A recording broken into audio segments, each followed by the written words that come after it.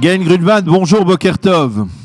Boker Tov, bonjour à tous. Alors on a bien besoin de votre éclairage, vous qui êtes un des leaders du foyer juif aujourd'hui, et je dois vous dire, je ne sais pas si on peut vous appeler leader du foyer juif, de l'Union nationale, de la nouvelle droite, de Otzma Yehudit, parce qu'on ne s'y retrouve plus vraiment dans ce qui se passe au sein de la mouvance sioniste religieuse. Comment expliquez-vous cette manœuvre de Naftali Bennett et de Bezalel Smotrich, une union qui paraît de prime abord contre nature ? D'abord, je pense que, vous avez raison, il y a une grande confusion aujourd'hui. Et cette confusion est, à mon avis, est en première vue. Et la première raison de cette confusion, ou je dirais la cause principale, c'est qu'effectivement, d'un côté, il y a beaucoup de choses communes au sein de ce qu'on appelle le sionisme religieux. Mais il faut également prendre en considération que ce même groupe, ce même secteur en Israël qui s'appelle le sionisme religieux, la siono-datique, il faut reconnaître que ce même secteur est également séparé. C'est-à-dire qu'il est séparé dans le sens que vous avez plus ou moins, je dirais, presque autour de toutes les questions importantes, il y a une polémique, que ce soit des problèmes, que ce soit des sujets comme la religion, que ce soit comme des sujets au niveau politique, au niveau économique, le statut de la femme, etc., etc. C'est-à-dire que donc ça c'est la première remarque que j'aimerais faire.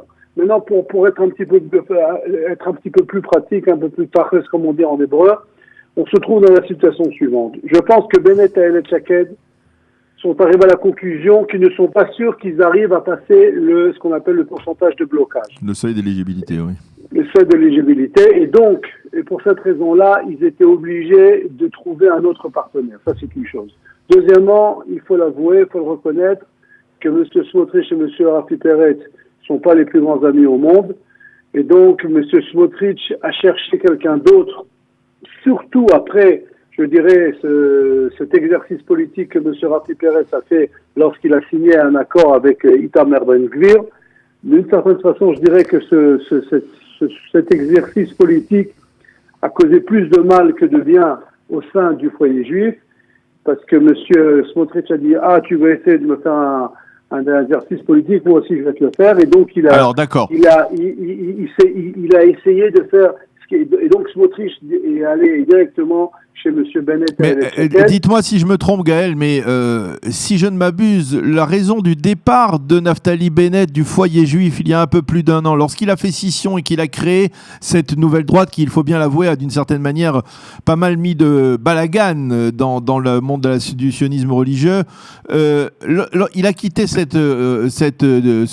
foyer juif, Naftali Bennett, parce qu'il ne voulait pas être dépendant de la branche, on va dire, plus radicale, plus chardal, plus orthodoxe du sionisme religieux, qui est représenté justement par Bezalel Smotrich. Alors, finalement, cette alliance se refait alors que c'est la cause du départ de Naftali Bennett il y a un an ?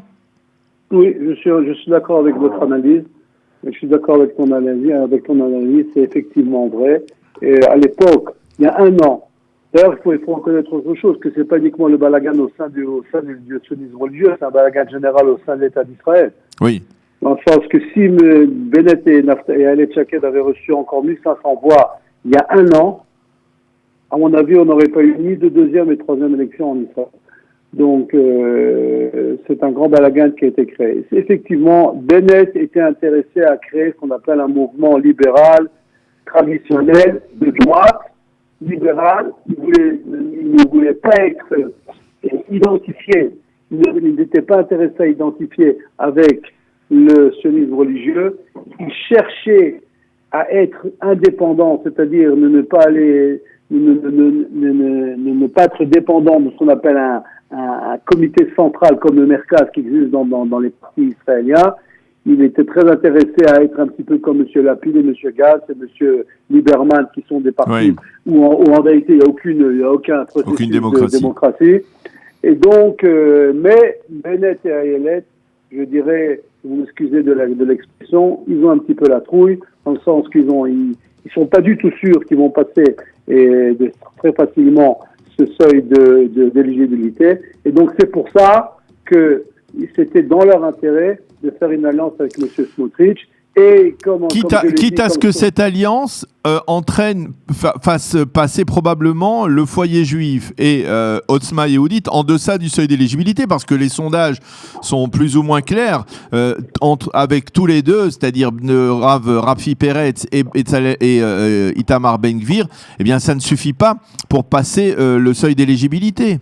Oui, mais je vais vous faire rire parce que les journaux aujourd'hui, ce matin, parlent d'une pression extraordinaire que M. Netanyahou est en train de faire et sur M. Bennett et sur M.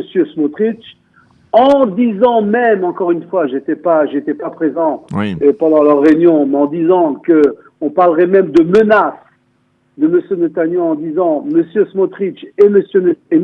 Bennett, si vous ne faites pas un accord général avec Rafi Peretz et Itamar Ben-Gvir, je vous licencie de vos postes actuels en tant que ministre de la Défense et ministre du Transport.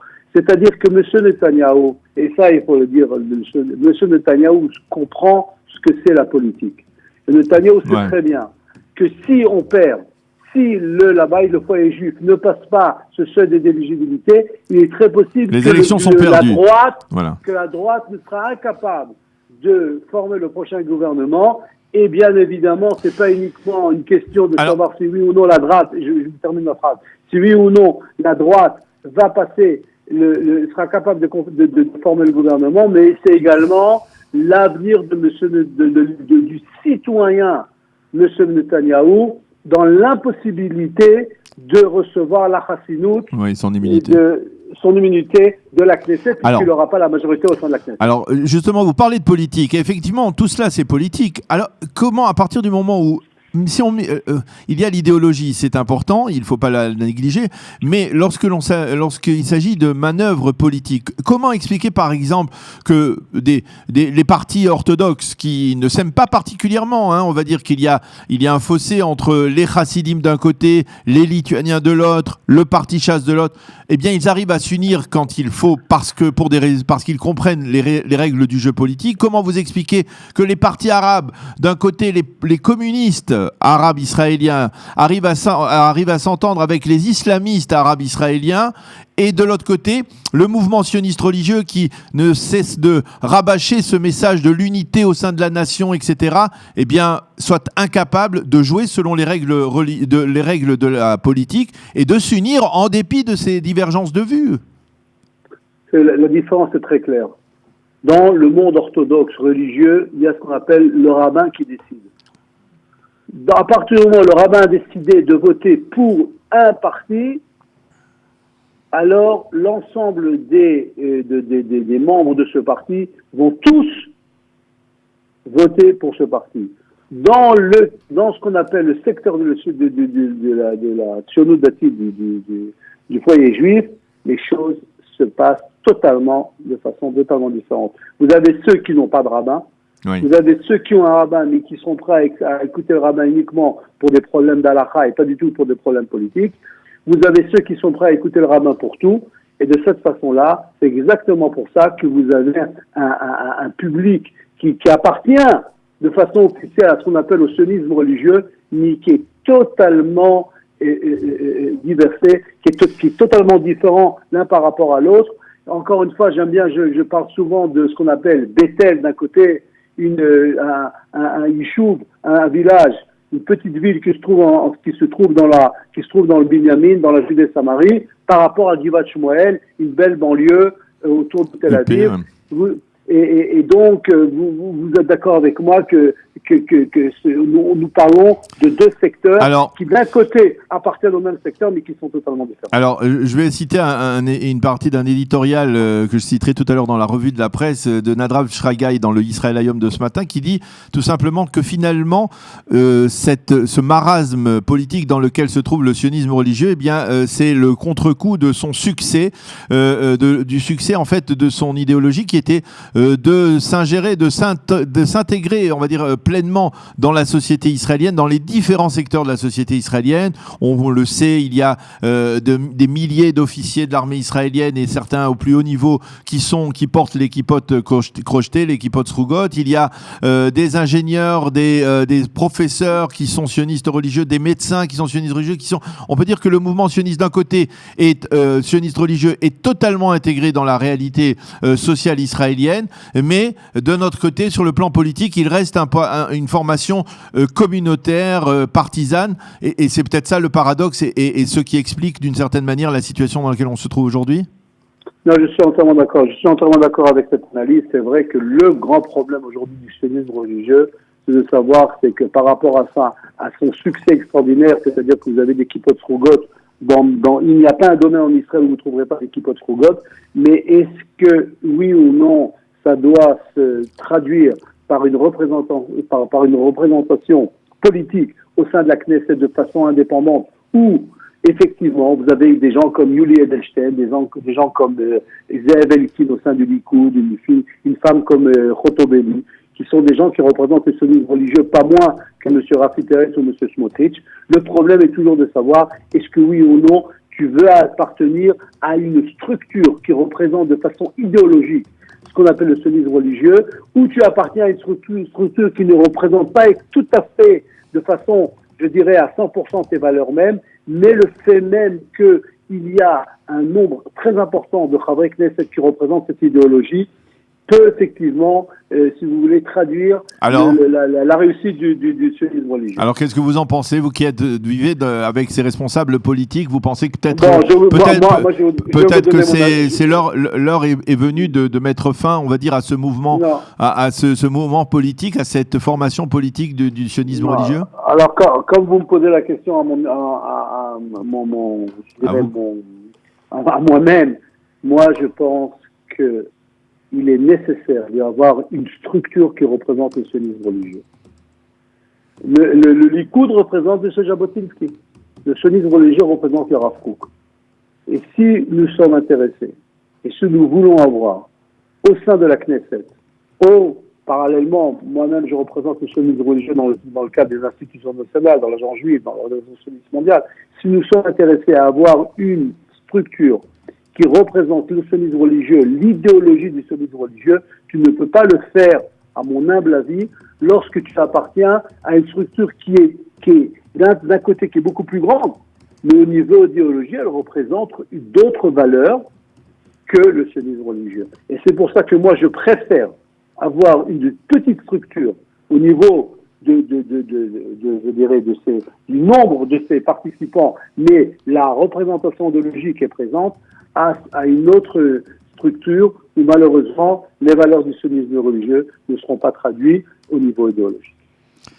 Eh bien, Gaël Grunewald, merci beaucoup de nous avoir éclairé, tant que c'est un peu compréhensible d'éclairer dans une situation aussi sombre et difficile. Est-ce que vous pensez, une dernière question, vous pensez que d'ici ce soir, il y aura un accord entre les différentes formations, ou que l'on va rester sur ces deux partis séparés, deux blocs séparés à la droite du Likoud?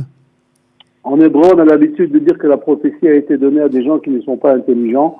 Alors, je vais prendre aucun risque. Et comme je vous l'ai dit, il y a une pression très importante de la part du Premier ministre. Et il y a d'autres rabbins qui essaient de tout faire pour qu'il y ait une union. Je ne m'engagerai pas. Je peux vraiment pas vous dire si oui ou non demain matin ou ce soir on va se retrouver avec une seule structure ou deux structures différentes. Pour moi, il faut tout faire pour aller sur une structure, parce que j'ai très peur qu'un des deux groupes, malheureusement, ne sera pas présent à la prochaine Knesset.